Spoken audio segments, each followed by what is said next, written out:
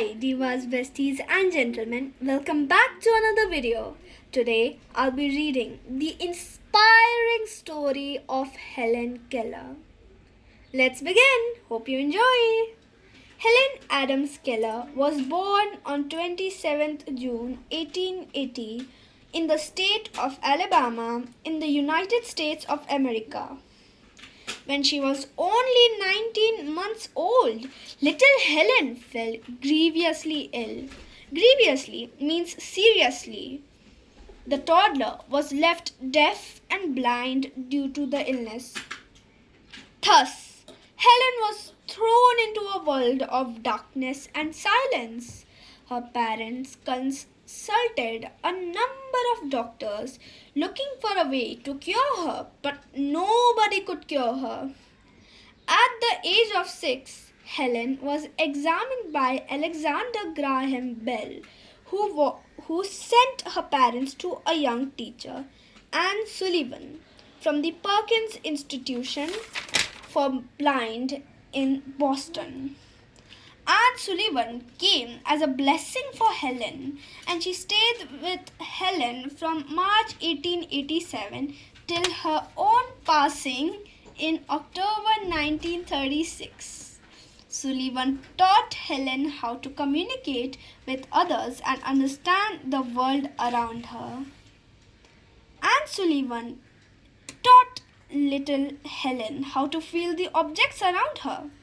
Her teacher would place different objects over Helen's hand and then spell out their names on her palm with her finger. This way of learning was not easy. One day, Helen became angry while trying to learn the words mug and water. Miss Sullivan had an idea. She placed Helen's palms under the spout or tap as cool water flowed and spelled out the word water with her fingers on Helen's palm. Helen learnt that water meant something cool and wonderful flowing over her hands. Helen spent her winters at the Perkins Institution learning Braille. Braille is a system of printing for blind people using raised letters that they'll read by touching. Helen also began training to speak with another teacher called Sarah Fuller. At the age of 14, Helen enrolled in school. She went on to study at the Cambridge School for Young Ladies, and later on she graduated with honors from Radcliffe College in 1904. Helen Keller serves as an inspiration to everyone suffering from disabilities and difficulties in life. She was able to learn and develop skills that no other person with disabilities had till then even dreamt of achieving.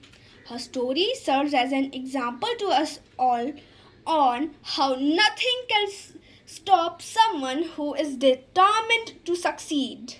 Helen wrote about her life and what it felt like to live with blindness in Women's Magazine of her time.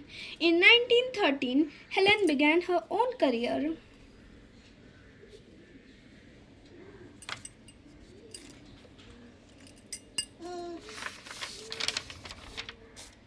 As a speaker, giving lectures on behalf of the American Foundation for the Blind.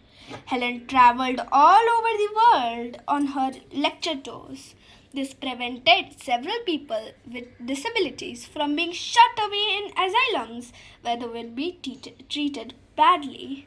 Bye divas, besties and gentlemen. Hope you enjoyed.